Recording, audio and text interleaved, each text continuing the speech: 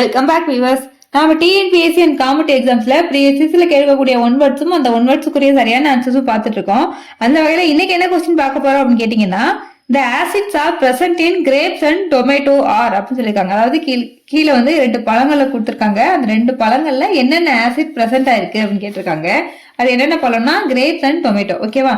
So option பார்க்கலாம். Option ஏல malic acid and citric acid, option பில acetic acid and lactic acid, option சில tartaric acid and oxalic acid, option டில ascorbic acid and tannic acid, and option இல answer not known அப்படின்னு இருக்கு. இது ஒரே சரியான இடம் என்னன்னு கேட்டீங்கன்னா ஆப்ஷன் சி இருக்கக்கூடிய டாட்டாரிக் ஆசிடும் ஆக்சாலிக் ஆசிடும்.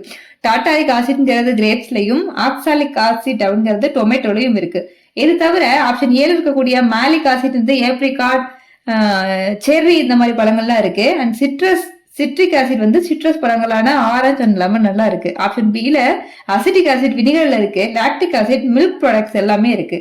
அண்ட் ஆப்ஷன் டில இருக்கக்கூடிய அஸ்கார்பிக் ஆசிட் எதுல இருக்குன்னா சிட்ரஸ் ஃப்ரூட்ஸ் எல்லாத்துலயுமே அது இருக்கு அப்படின்னு சொல்றாங்க. அண்ட் டானிக் ஆசிட் எதுல இருக்குன்னு கேட்டீங்கன்னா காஃபி, ப்ராக்கலி இந்த மாதிரி கிரைன்ஸ் இதுல எல்லாத்துலயுமே இந்த டானிக் ஆசிட் இருக்கு அப்படின்னு சொல்றாங்க. ஸோ நமக்கான தேவையான ஆன்சர் என்ன அப்படின்னா கிரேப்ஸ் அண்ட் டொமேட்டோல என்ன ஆசிட்ஸ் இருக்கு அப்படின்னு கேட்டீங்கன்னா ஆப்ஷன் சேர்க்கக்கூடிய டாட்டாரிக் ஆசிட்டும் ஆக்சாலிக் ஆசிட்டும் தான் இருக்கு. ஓகேவா?